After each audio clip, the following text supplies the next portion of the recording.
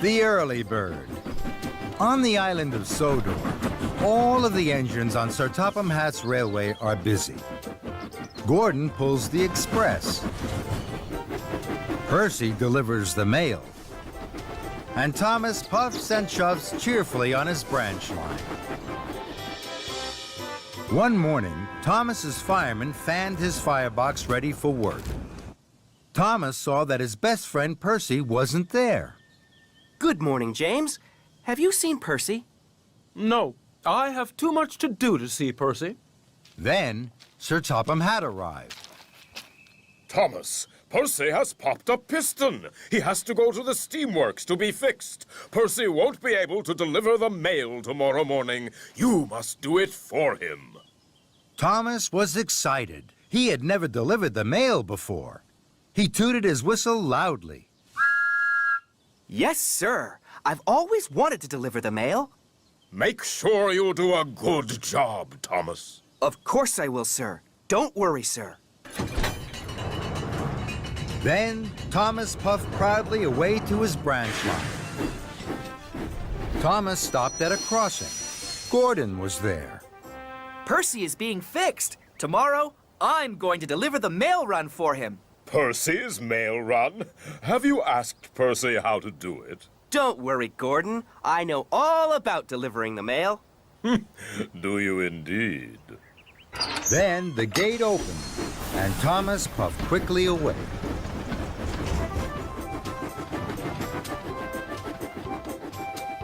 Thomas worked hard all day.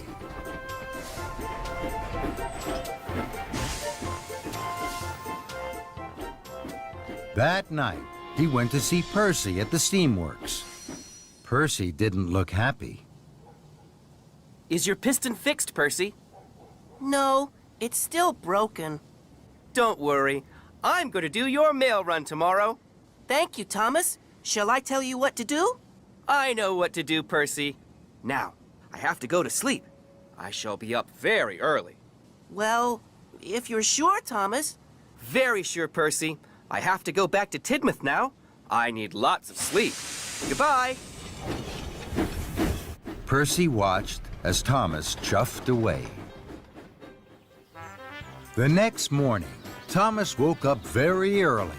He felt very proud to be pulling the mail trucks. There wasn't a peep to be heard as Thomas chuffed across the island. Everyone was fast asleep. First, Thomas puffed to the quarry. I must let the quarry manager know that the mail is here. Thomas was excited. He blew his whistle very loudly. And then he chuffed cheerfully away. Thomas hadn't seen that his loud whistle had woken up Mavis. Who's making that noise? Next, Thomas chuffed to the docks. I must let the dock manager know that the mail is here. Thomas was excited. He blew his whistle even louder. And then he chuffed cheerfully away. What Thomas hadn't seen was that his good morning whistle had woken Cranky up. Who woke me up? This is fun.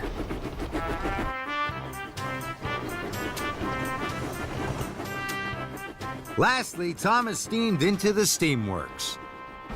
I must let the steamworks manager know that the mail is here.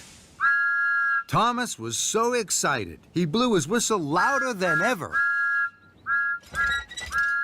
Oh. And then he huffed happily away. What Thomas hadn't seen was that he had woken Victor and Kevin up. Oh, what's that noise, boss? Who knows, Kevin? Who knows? Some early bird. Thomas worked hard all morning. Everywhere Thomas went, he blew his whistle loudly.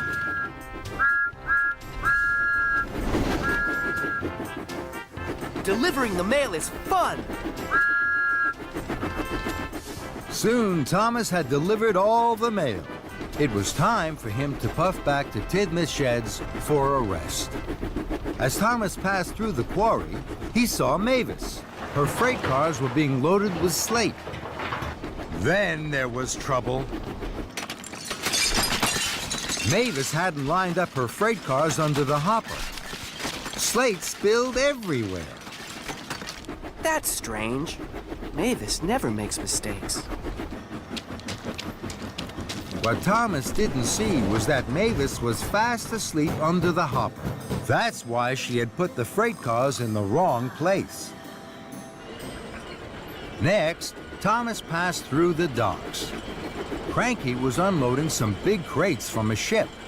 Then there was trouble. Cranky dropped the crates.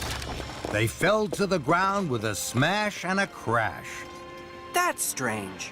Cranky never makes mistakes. What Thomas didn't see was that Cranky had fallen fast asleep. That's why he had dropped the crates. Thomas pulled into Tidmouth Sheds. He wanted to tell Percy all about the mail delivery, but Percy wasn't there.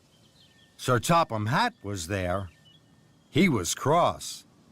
Someone woke Mavis up too early by tooting too loudly on their whistle. Then someone woke up Cranky at the docks and Victor at the steamworks. Now they have all made silly mistakes. Thomas knew he had woken everyone up with his cheerful whistle.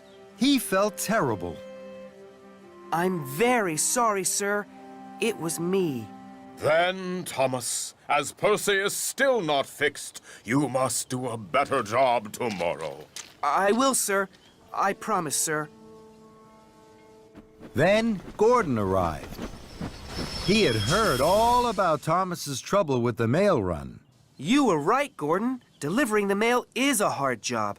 I should have asked Percy what to do. And this time, I will. That evening, Thomas visited Percy at the steamworks. He asked him all about delivering the mail, and Percy told him all about being quiet. The next morning, Thomas set off early, pulling the mail cars. He stopped at the quarry. This time, he didn't blow his whistle. He puffed very quietly so that he didn't wake Mavis. Next, Thomas stopped at the docks. He didn't blow his whistle here either. And he didn't wake Cranky up.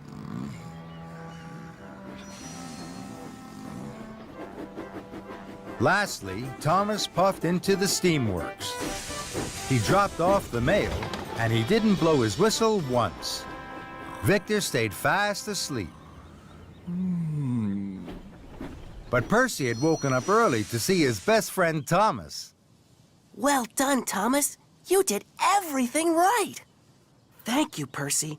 Now I know the most important thing about delivering the mail. You have to do it quietly. Percy was so happy for his friend that he wanted to toot out loud. Then he looked at Thomas. Thomas had fallen fast asleep. Sleep well, Thomas. And Thomas snored the sleep of an engine who had done a very good job.